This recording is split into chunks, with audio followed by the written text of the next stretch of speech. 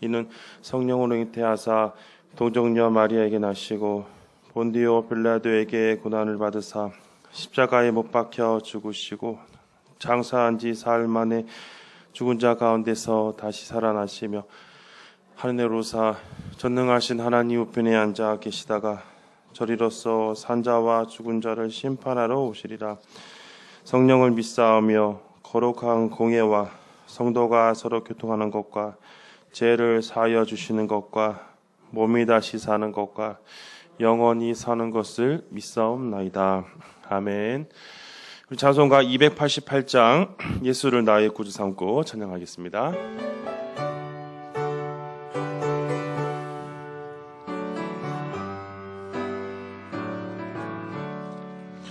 예수를 나의 구주 삼고 성령과 피로써 거듭나니 이 세상에서 내 영혼이 하늘의 영광 누리로다. 이것이 나의 간증이요 이것이 나의 찬송일세. 나 사는 동안 끊임없이 구주를 찬송하리로다.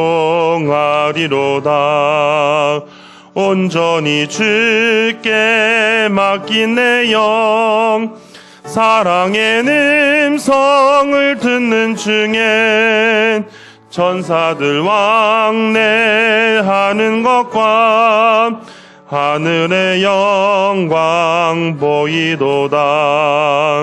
이것이 나의 간증이요 이것이 나의 찬송일세. 나 사는 동안 끊임없이 구주를 찬송하리로다. 주 안에 기쁨 누림으로 마음의 풍랑이 잔잔하니 세상과 나는 간 곳 없고 구속한 주만 보이도다. 이것이 나의 간증이요 이것이 나의 찬송일세. 나 사는 동안 끊임없이 구주를 찬송하리로다.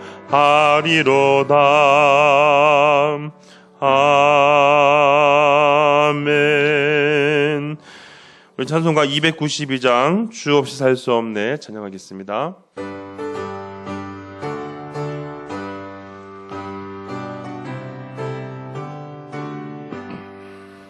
주 없이 살 순 없네 죄인의 구주여. 그 귀한 몸의 피로 날 구속하소서. 구주의 사랑으로 흘리신 보혈이 내 소망 나의 위로 내 영광 됩니다. 주 없이 살 순 없네 나 혼자 못 서리.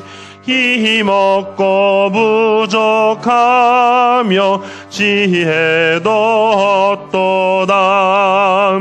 내 주는 나의 생명 또 나의 힘이라. 주님을 의지하여 지혜를 얻으리. 주 없이 살 순 없네 내 주는 아신다. 내 영의 깊은 강구 마음의 소원은 주밖에. 나의 마음 네 알아주리요. 내 마음을 마음을 위로하사 평온케 하시네. 준 없이 살 순 없네. 세월이 흐르고 이 깊은 고독 속에 내 생명 끝나도 사나운 풍랑일 때 날 지켜주시니 내 곁에 계신 주님 늘 힘이 됩니다. 아멘. 이제 같이 한 목소리로 통성으로 기도하도록 하겠습니다. 오늘 예배를 통해서 다시 한번 하나님의 은혜를 구하는 시간 되도록, 하나님의 은혜가 없으면 단 한순간도 살 수 없다는 것을 고백하며 오늘도 예배의 주인 되신 주님께만 집중하는 귀한 시간 되게 해달라고 우리 간절한 마음으로 통성으로 기도하겠습니다. 사랑이 많으신 하나님 아버지, 이 시간 간절히 주님께 기도합니다. 하나님 은혜를 내려주시옵소서. 하나님 오늘도 수요 누림 예배로 찬양으로 주님께 마음을 고백하며 나아갑니다. 주님이 없으면 우리는 하루도 살 수 없습니다. 찬양의 고백처럼 매 순간순간마다 하나님의 돌보심과 하나님의 인도하심이 없으면 단 하루도 살 수 없음을 고백하였습니다. 하나님, 이 찬양의 고백을 통하여 다시 한번 이 시간 거룩한 예배의 시간 주님 앞에 나왔사오니 사랑하는 우리 성도들 붙잡아 주시고 오늘 이 시간 다시 한번 하나님 앞에 온전히 집중할 수 있도록 도와주시옵소서. 모든 두려움, 걱정 다 하나님께 맡기며 우리의 모든 것을 주관하시는 하나님을 철저하게 의지하며 나아가는 사랑하는 모든 성도들의 삶이 되도록 도와주시옵소서. 하나님 이 시간 기도하며 부르짖사오니 오늘 예배를 통하여서 다시 한번 그 예배 간격 가운데 들어가게 하시고 더욱더 놀라우신 하나님의 인도하심 앞에 엎드려지는 시간 되도록 도와주시옵소서. 간절히 주님 앞에 기도하며 부르짖사오니 오늘 우리의 기도 가운데 주님 응답하여 주셔서 오직 주님의 이름이 높아질 수 있도록, 오직 주님만이 영광 받을 수 있도록 붙잡아 주시고 은혜를 내려 주시옵소서. 사랑이 많으신 하나님 아버지, 우리의 마음을 주님께 올려드립니다. 이 시간 수요 누림 예배로 주님께 나왔사오니 사랑하는 모든 성도들을 오늘도 예배를 통해서 하나님의 그 은혜를 다시 한번 경험하게 하시고 하나님 때문에 오늘도 행복한 거룩한 예배 시간 되도록 역사하여 주시옵소서. 예수님의 이름으로 기도합니다. 아멘.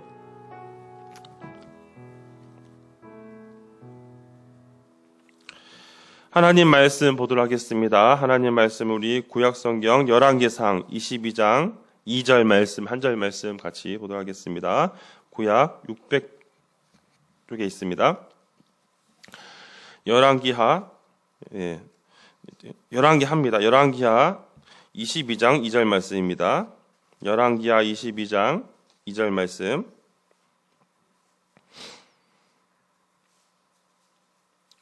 열왕기하 22장 2절 말씀 같이 우리 한 목소리로 합독하겠습니다. 요시아가 보시기에 정직히 행하여 그의 보상 다윗의 모든 길로 행하고 좌우로 치우치지 아니하였더라. 아멘. 잠시 기도하겠습니다. 하나님, 오늘도 이 시간 말씀을 듣습니다. 부족한 자의 입술 주님 붙잡아 주셔서 오직 이 시간 오직 살아있는 하나님의 말씀만이 전달되어지고 그 말씀으로 은혜 받도록 붙잡아 주시옵소서. 예수님의 이름으로 기도합니다. 아멘. 오늘도 우리 수요 누림 예배 오신 성도들에게 또 말씀을 통해서 예배를 통해서 은혜 받고 또 힘을 얻으시길 간절히 바랍니다. 혹시 우리 성도들께서 혹시 평상시에 잠시 쉬는 시간이라 하실 때 TV를 종종 보시나요?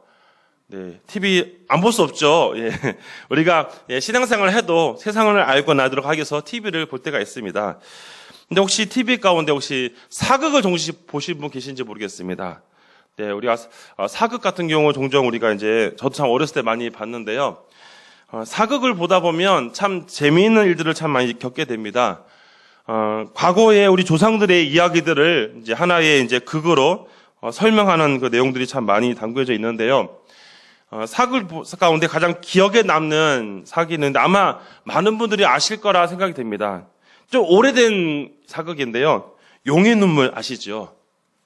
네, 우리 성도님께서는 거룩하셔가지고, 네, 그게 뭔지도 모르실 것 같습니다. 제가 고등학교 때였나요? 정확하게 기억이 잘 안 나는데, 네, 그때, 용의 눈물이라는 그런 사극을 제가 뭔지 기억이 안 납니다. 그 내용은 그렇습니다. 바로, 조선시대 첫 왕이었던 태조 이성계, 그리고 그의 아들 이어서 또 왕으로 이어받았던 이방원의 이야기를 다룬 내용이지요. 저는 그런 조선 왕조 역사를 보다 보면서 참 재밌는 게 뭐냐면, 이성계가 왕이 되고 또 그의 아들 가운데 이방원이 권력 다툼을 통해서 조금은 사람으로서 해야 될, 하지 말아야 될 행동이긴 하지만 결국 자신이 어떤 왕이 되고 싶다는 탐욕 때문에 때로는 많은 사람들을 죽이기도 하고 해서 왕이 되는 장면들을 좀 보게 보았습니다. 근데 문제가 뭐였냐면 이제 이방원이 왕이 된 이후에 그에게 많은 아들들이 있죠. 세자로 특봉받았던 양녕대군의 삶을 봤을 때 양녕대군이 실력으로 보나 외모로 보나 뭐로 봤을 때는 충분히 아버지의 뒤를 이을 수 있는 충분한 역량을 가진 사람이었습니다. 하지만 그가 어려서부터 보고 자란 것이 무엇이냐면 아버지가 왕이 되기 위해서 형제들에게 칼을 내밀고 수많은 사람들이 아프게 했던 것을 그가 보고 자란 것입니다. 그러니까 그런 것을 보고 자라다 보니까 자기가 또 그런 제한된 공간, 이 궁이라는 공간 안에서 살다 보니까 너무 답답하고 너무 힘이 드는 거예요. 그러니 본인의 마음과 다르게 또 좀 더 삐뚤어진 그런 행동들을 많이 하게 되어지죠. 방탕한 삶을 살아가는 그런 모습들을 쭉 스토리로 보여줬습니다. 그래서 아버지의 마음을 굉장히 아프게 했다. 용이라는 표현이 왕을 표현하면서 왕의 눈물을 아프게 하는 그런 장면들을 많이 이제 보게 되었고, 결과적으로는 그가 이제 폐쇄자가 되어서 그의 동생이 왕이 되는 것을 우리는 역사를 통해서도 볼 수 있죠. 갑자기 제가 이런 얘기를 하는 이유가 무엇이냐면요. 우리 신앙의 어떤 흐름을 봤을 때, 우리가 무엇을 보고 자라느냐, 무엇을 경험하고 자라느냐가 중요하다는 것을 말씀드린 겁니다. 여러분, 좋은 것을 보고 자란 사람은 당연히 좋은 것만 생각합니다. 하지만 조금 부정적으로나 힘든 것을 보고 자란 사람들은 그것이 세뇌바뀔 때가 있어요. 저도 종종 제가 과거에 가정사를 한번 말씀드린 적이 있었는데요. 어렸을 때 그 아버지의 그런 모습들이 저에게서는 굉장히 많이 상처가 됐을 때도 있었습니다. 어찌 보면 그것이 청소년 시기에 참 인간적으로 방황할 수 있는 하나의 명분도 주기도 하였지요.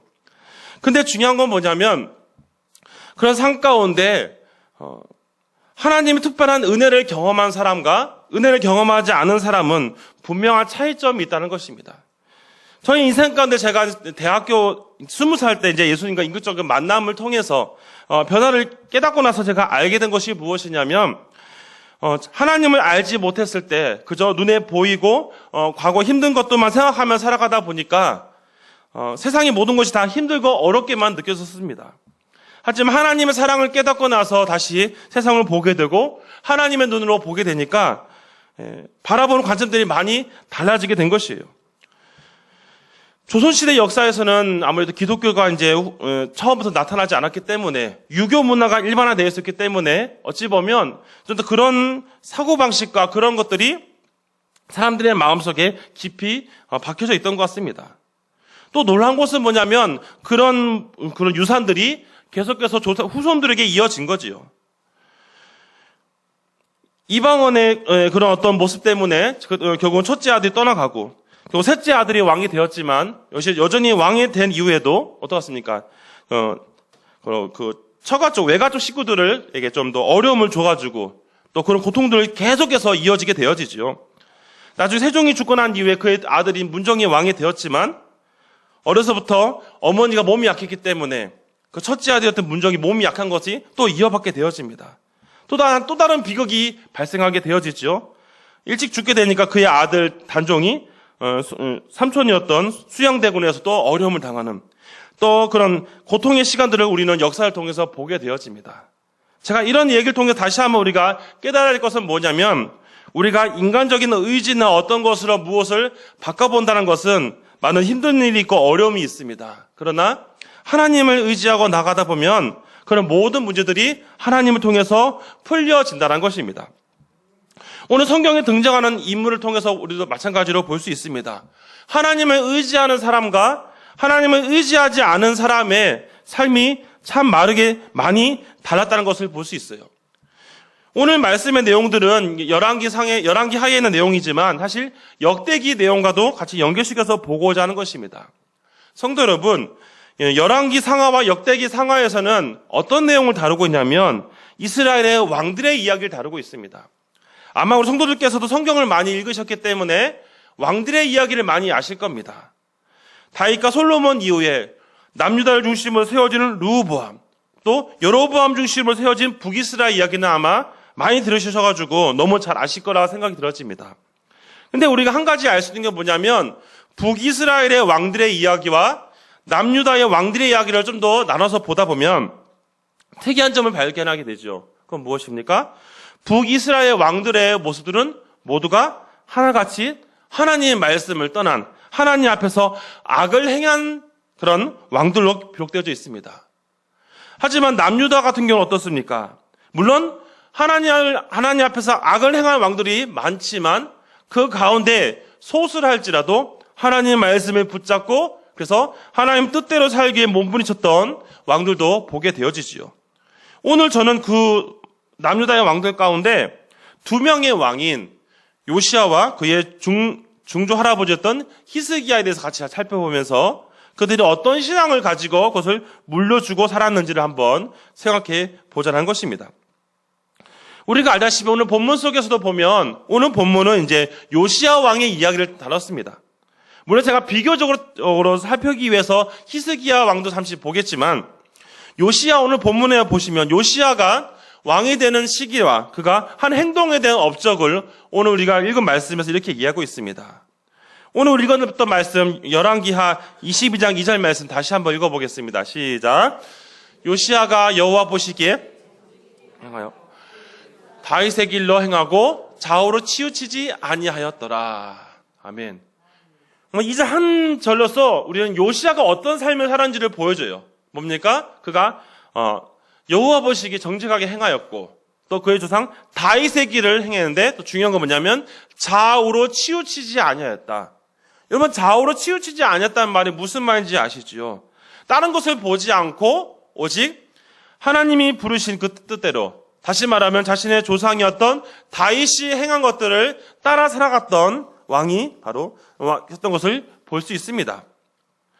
또 마찬가지로 오늘 열왕기하와 동일한 말씀인 역대기하 34장 2절 말씀에도 이렇게 말씀하고 있는데요. 읽진 않겠습니다. 동일한 말씀이죠. 뭡니까? 바로 똑같은 말을 하고 있습니다. 사실 여러분 이 열왕기와 역대기를 비교해 보면 똑같은 스토리를 얘기하고 있지만 차이점도 있습니다. 그것은 뭐냐면 열왕기 시대는 북이스라엘과 남유다를 다 상세하게 언급을 하고 있습니다만 역대기는 북이스라엘의 얘기는 전혀 하지 않고 바로 남유다의 왕들의 이야기만 하고 있습니다. 참 재밌는 것은 뭐냐면 우리가 알다시피 다윗도 그가 범죄한 인생을 살았죠. 그것을 열왕기 상하에서는 자세하게 설명하고 있습니다. 그런데 역대기를 보면 거기서는 다윗이 잘못한 그 어떤 것도 언급하지 않는 조금 좀 독특한 의미를 볼 수 있습니다. 나중에 시간이 되시면 열왕기와 역대기를 한번 비교해서 보시면 좋겠는데요. 성경은 열왕기의 내용과 역대기 내용이 똑같은 내용이지만 좀 더 다른 관점으로 보면서 기록하고 있다는 거예요. 다시 말하면 열왕기 상하는 사실 그대로 내용들을 다 언급하고 있다면 역대기는 좀 더 하나님의 언약 백성들의 이야기와 그들이 어떠한 선한 삶을 살았는지의 관점을 두고 말씀하고 있습니다. 그렇기 때문에 남유다의 악한 왕들조차도 그들이 조금만 선한 일을 했으면 그것을 또 극화시켜서 기록한 내용들이 역대기에서는 내용도 다루고 있어요. 왜 이렇게 얘기를 하고 있는 이유가 무엇이냐면 하나님께서 하나님의 언약 백성들이 하나님의 백성들에게서 은혜를 베푸시겠다는 것이 역대기에 상세하게 기록되고 있는 것을 우리는 알 수 있습니다. 마찬가지예요. 우리가 또 살펴보진 않겠지만 열왕기하의 히스기야의 말씀에서도 동일한 내용이 있습니다. 나중에 시간 되시면 보시면 아시겠지만 열왕기하 18장 3절 4절에서도 동일한 내용이 있죠. 어떤 내용입니까? 이 히스기야도 똑같이 다윗의 행위를 따라갔다. 다윗의 모든 행위를 따라갔다라고 얘기하고 있습니다. 또한 이 4절에서 또 뭘 얘기하고 있냐면 그가 모든 것을 다 개혁하는 일들을 볼 수 있어요. 당시에 있는 많은 산당들, 우상 숭배는 모든 것들을 다 제거하고 있습니다. 사실 이 히스기야와 요시야 사이에는 두 명의 왕이 더 들어있습니다. 히스기야 죽은 다음에 그의 아들은 므낫세가 있고요. 또 므낫세가 죽은 그 다음에는 아몬이 있습니다. 그리고 그 아들이 바로 요시야예요. 근데 사실 성경에서는 이 아몬과 므낫세에 대해서는 다르게 표현하고 있어요. 히스기야와 그의 중손자였던 요시야는 하나님 앞에 선을 행하였지만 오늘 제가 간략하게 정리를 했습니다. 이것이 뭐냐면 이것이에요. 열왕기 상하와 이제 역대기에서 얘기하고 있지만 바로 므낫세와 이 아몬은 똑같은 단어가 있습니다. 뭐냐면 그들이 여호와 보시기에 악을 행하였다는 것입니다. 그러니까 참 신기한 건 뭐냐면 히스기야는 그렇게 선을 행한 삶을 살았는데 그의 아들은 또 악을 행하고 또 그의 아들은 악을 행했는데 그의 아들이 요시야는 또 선을 행하는 조금은 독특한 구조를 다루고 있지요. 물론 그 내용까지는 다 알 수는 없지만 한 가지 중요한 건 뭐냐면 히스기야와 요시야는 적어도 그들의 삶 가운데 놓치지 말았던 것이 뭐냐면 그들은 바로 다윗의 길을 따라갔다는 것입니다. 여러분 우리가 중요하게 볼 것은 뭐냐면 바로 다윗의 길을 따라갔다는 거예요. 여러분 우리가 알고 있는 다윗의 길은 어떤 것을 말하는 걸까요? 다윗도 사람이니까 실수는 있었죠. 그래서 여기서 인간의 실수에 대한 얘기를 하는 것이 아니라 그가 밧세바를 범하는 사건을 범했음에도 불구하고 그가 하나님 앞에 철저하게 엎드려지는 그의 신앙의 고백들을 우리는 볼 수 있습니다. 그가 나단 선지자를 통해서 하나님의 경고를 받았을 때 그 자리에서 하나님 앞에 엎드리고 다시는 그런 죄를 범하지 않기 위해 하나님 앞에 은혜를 구하는 다윗의 모습을 우리는 성경을 통해 보게 되어지는 거예요. 여러분 중요한 게 뭐냐면 수많은 왕들 가운데 하나님께 또 동일하게 죄를 범했어요. 그런데 많은 왕들은 죄를 범하면서도 뻔뻔하게 나는 죄를 짓지 않았다라고 우기며 살아갑니다. 하지만 다윗은 그렇지 않았다는 거예요. 다윗은 죄를 범했으면 인정하고 다시는 그 자리에서 떠나서 하나님의 언약 백성을 살기 위해서 몸부림치는 것입니다. 저는 이런 것들을 가리켜서 좀 어려운 영어로 개혁이라는 표현을 사용하는 것입니다. 사랑하는 성도 여러분, 성도들께서 생각하실 때 개혁이라는 단어 많이 들어보셨죠? 예, 처음 들어보시나요? 개혁이라는 단어 종종 우리 교회에서도 사용하지만 세상에서도 사용합니다. 근데 세상에서 사용하는 개혁의 의미는 우리가 성경에서 언급하는 개혁의 의미와는 완전히 다릅니다. 세상에서 말하는 개혁은 말 그대로 변화예요. 무언가의 변화를 줘서 뭔가 나은 길로 가려고 하는 것이 세상에서 바라보는 개혁의 관점입니다. 하지만 성경에서 말하는 개혁은 영어로 리폼이라는 것인데 이게 뭐냐면요. 원래 형태로 돌아가는 거예요. 여러분 가끔 우리가 이제 교회 절기로서 종교개혁주일 보내죠. 종교개혁주일의 의미는 뭐냐면 바로 우리가 흔히 들었던 루터나 칼빈이라는 사람들이 뭡니까? 천주교의 타락한 모든 것을 무시해버리고 성경의 원래 그 목적으로 돌아가는 의미를 바로 개혁이라는 표현을 사용하는 것입니다. 다시 말하면 히스기야와 이 요시야는 바로 무너진 모든 것을 다 제거해버리고 하나님의 말씀으로 돌아온다. 하나님의 말씀으로 돌아오는 것을 그걸 바로 이제 개혁이라고 말하는데요. 그런 개혁의 삶을 살았다는 것을 사실 성경 전체를 통해서 제가 말씀을 드리는 것입니다. 그렇다면 히스기야와 요시야는 어떻게 그들은 하나님의 말씀으로 돌아오는 종교 개혁을 하였는가? 좀 몇 가지를 보고자 하는데요. 자, 저 정리를 좀 해놨습니다. 히스기야는 같이 한번 우리 6가지가 있는데요. 다 읽지는 않겠지만 보시면 첫 번째는 그가 성전 정화를 하였다. 두 번째는 성전 재봉헌식을 행하였고 유월절 또 대대적인 종교 개혁 그리고 당시에 이제 아수르의 공격을 받았을 때 사람을 의지하지 않고 바로 하나님을 의지하고 엎드렸다는 거예요. 그러니까 죽음의 위기에 있을 때 당신이 이제 죽습니다라고 말했을 때도 하나님 앞에 그가 호소하죠. 내가 주를 위해서 했던 것을 기억해달라고. 하나님 어떡합니까? 해 그림자가 10도 뒤로 물러나면서 15년을 더 생명을 보장받는 이런 것들이 성경에 기록되어져 있습니다. 동일하게 요시야는 어땠을까? 요시야도 3가지 정도 정리했는데요. 똑같이 종교개혁 행하였지만 중요한 건 뭐냐면 그가 종교개혁을 행하다가 산당을 부수다가 한 가지 발견한 게 있어요. 뭐냐면 율법책이었어요. 율법책을 보고 하나님 말씀을 듣고 하나님 앞에 회개하는 거예요. 요시야는 어땠습니까? 옷을 찢었다는 표현을 사용하고 있습니다. 여러분, 옷을 찢은 것은 뭐냐면요, 단순히 행위를 말한 게 아니라 자신의 어떤 제약의 모든 것을 뿌리치고 하나님 말씀 앞에 철저하게 살겠다라는 결단의 모습이 표현할 때 옷을 찢는다는 말을 사용하고 있습니다. 근데 또 한 가지 재밌는 건 뭐냐면 히스기야와 요시야가 동일하게 반복적으로 한 것이 있어요. 그게 뭐냐면 유월절을 지켰다는 겁니다. 어제도 우리가 살펴봤지만 유월절이 무엇입니까? 유월절의 의미는 바로 예수 그리스도의 그 사랑을, 구속 사건을 구약의 사건을 통해서 우리가 보여주고 있는 것이죠. 그러므로 이 유월절 사건을 통해서 무엇을 얘기하냐면 바로 신약 시대를 통해서 우리가 해석한다면 예수님을 통해 우리가 변화를 받았다는 것을 얘기하는 것입니다. 그러므로 히스기야와 요시야는 그들의 삶 가운데 어떤 개혁을 하였느냐, 어떤 변화를 주었느냐, 하나님 말씀대로 돌아가겠다라는 끊임없는 노력과 노력을 행하고 있다는 것입니다. 사랑하는 성도 여러분, 우리가 분명히 놓치지 말아야 할 게 뭐냐면 우리는 매일매일 매 순간순간마다 우리 삶 가운데 종교 개혁을 해 나가야 된다는 것입니다. 좀 어려운 말일 수 있지만 제가 개혁에 대한 설명을 드렸죠. 개혁이 무엇입니까? 성경적 개혁은 바로 하나님 말씀으로 돌아오는 거예요. 우리는 매일매일 하나님의 말씀으로 돌아가는 노력을 계속해서 해 가야 된다는 것이에요. 물론 우리가 노력으로 구원받는 것은 아니지만 구원받는 성도로서 끊임없이 말씀 앞에 엎드리기 위해서 몸부림치는 것, 그것이야말로 삶 가운데 우리가 해야 될 진정한 종교 개혁이라는 것입니다. 왜냐하면 우리는 구원의 은혜를 받았지만 아직 구원이 완성된 것이 아니에요. 물론 그렇다고 오해는 하지 마십시오. 구원이 취소된 것을 말한 것이 아니라 우리가 구원이 완성된 그때까지 끊임없이 하나님의 말씀 앞에 살기 위해서 몸부림치는 겁니다. 왜냐하면 마귀는 우리가 하나님 앞에 가는 것을 좋아하지 않아요. 우리가 더 하나님 앞에 나아가려고 하면은 이 못된 마귀는 어떡합니까?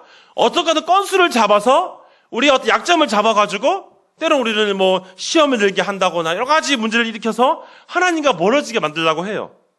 그러니까 우리는 그것에 빠지지 않기 위해서 계속해서 우리의 주인 되신 하나님의 말씀 앞에 엎드리려고 몸부림치는 것입니다. 성도 여러분, 우리가 끊임없이 예배를 드리는 이유가 바로 이것이에요. 예배 통해서 하나님의 은혜를 경험해야 됩니다.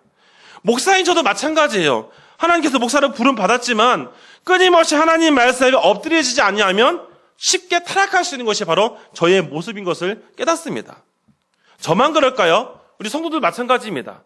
우리는 하나님 앞에서 모두가 다 매일매일 말씀을 붙잡고 매일매일 하나님의 은혜를 붙잡지 않으면 어떡합니까? 우리가 쉽게 타락할 수 있다는 겁니다. 다윗이 한순간에 범죄한 사건이 바로 그거예요.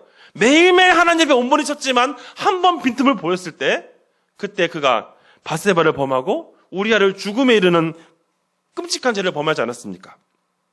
사실 히스기야와 요시야도 인간적인 실수가 있었습니다.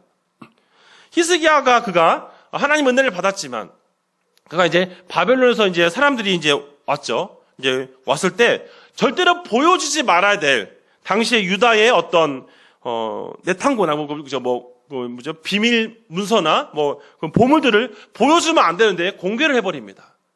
참 이게 교만한 것이죠. 그런 실수를 범하였어요. 요시야도 마찬가지입니다. 그가 무리하게 이 적을 애굽과 전투에서 이제 무리하게 가다가 더 이상 추격을 해서는 안 되는데 무리하게 가다가 상대방 병사가 쏘는 화살에 맞아서 그가 이제 맞고 결국 죽음에 이르는 그런 실수를 범합니다. 어찌 보면 인간이기 때문에 실수를 하는 것 같아요. 성경을 보다 보면 아무리 종교개혁을 행하는 그런 훌륭한 사람도 인간이기 때문에 실수하는 모습들은 동일하게 있다는 것을 볼 수 있어요. 그것이 우리가 하나의 위로가 될 수 있습니다. 물론 그렇다고 해서 그것이 합리화될 수는 없지만 중요한 것은 우리가 연약함은 있다 할지라도 무엇을 해야 됩니까? 매 순간순간마다 하나님을 찾기 위해서 몸부림치는 것입니다. 사랑하는 성도 여러분, 말씀을 우리가 다시 한번 정리를 해보면서 우리가 잘 알고 있는 히스기야, 요시야를 제가 다시 언급해보면서 우리는 다시 한번 우리의 모습들을 돌아봐야 합니다. 오늘도 나는 하나님의 말씀 앞에서 살기 위해서 내 삶 가운데 하나님을 가까이 가는데 방해가 되는 그런 것들을 얼마나 많이 뿌리쳤습니까? 히스기야와 요시야는 하나님의 말씀으로 살아가기 위해서 당시에 자신의 아버지가 만들어놨던 우상들을 가감하게 부숴버립니다. 요시야는 어땠습니까? 자기 할아버지와 아버지가 해놨던 우상들을 다 부셔버리고 다시 음란한 행동을 했던 많은 그런 거짓 선지자들을 다 쫓아내는 일을 행하였어요. 그것을 행하는 이유가 무엇입니까? 더 이상 이 땅이 하나님의 말씀으로 세워져야 되는데 추악한 것이 더 이상 지배하지 못하게 하는 것이에요.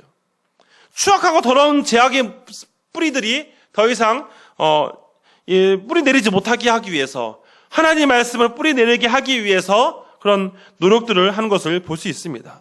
그래서 때로는 강하게 우상들을 부수는 그런 행동도 하는 것을 볼 수 있지요.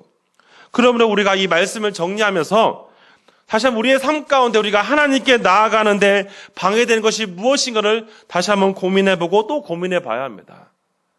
신학적 용어로 이미와 아직이라는 단어, 이 연결고리가 있습니다. 아까 말씀드린 이미 구원받았지만 아직 구원이 완성되지 않았다. 그런 우리의 구원이 이제 주님의 은혜 가운데 점점 이제 하나님 앞에 갈 때까지 우리가 계속해서 우리의 신앙을 점검하는 그런 모습들이 필요하다는 것을 말씀하고 있습니다. 성도 여러분, 힘을 내시고 더욱더 하나님을 붙잡고 나아가시기 바랍니다. 하나님은 우리가 때로는 인간적인 실수를 했다고 해서 무조건 다 벌하시는 분이 아니에요. 생각해 보십시오. 히스기야와 요시야가 인간적 실수를 해서 그들이 인간적인 처벌은 받았습니다만 그렇다고 그들이 버림받지는 않았습니다. 다윗이 밧세바와 우리아를 죽이고 간음을 행하였지만 그의 가정에 칼이 떠나지는 않았지만 하나님께 버림받지는 않았어요. 솔로몬이 우상 숭배를 하였지만 하나님께 버림받지는 않았습니다. 이것이 무엇을 가리키는 겁니까? 하나님의 백성들은 하나님이 구원해 주셨기 때문에, 택했기 때문에, 부르셨기 때문에, 그래서 은혜를 받았기 때문에 그래서 버림을 받지 않습니다. 물론 그렇다고 해서 이것을 악용하면 안 되죠. 택함 받았으니까 내 마음대로 살아야지. 그러면은 구원파처럼 이단에 빠지는 것입니다. 중요한 것은 뭐냐면 하나님의 은혜를 받기 때문에 하나님의 은혜에 들어가기 위해서 오늘도 몸부림치겠다. 내 삶 가운데 하나님이 없으면 나는 살아갈 수가 없다라는 그런 고백이 우리 사랑하는 성도들의 삶 가운데 넘치기를 소망합니다. 말씀을 정리하겠습니다.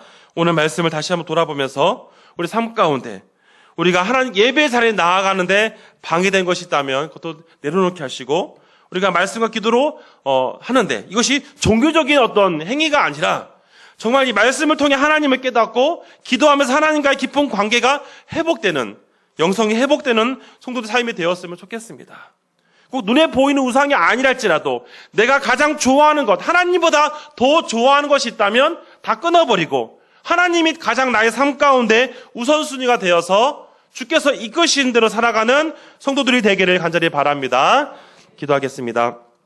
하나님, 히스기야와 요시야를 돌아보면서 정말 우리의 삶 가운데 진정한 개혁을 하길 소망합니다. 하나님의 말씀을 붙잡고 살아가길 소망합니다.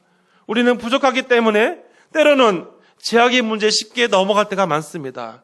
하나님, 새 힘을 허락하여 주시고 그래서 오늘도 내일도 매일매일 나에게 주어진 하나님의 말씀을 붙잡고 그 말씀 앞에 엎드리며 몸부림치는 우리 모든 한서제일교회 성도들 될 수 있도록 역사하여 주시옵소서. 예수님의 이름으로 기도합니다. 아멘.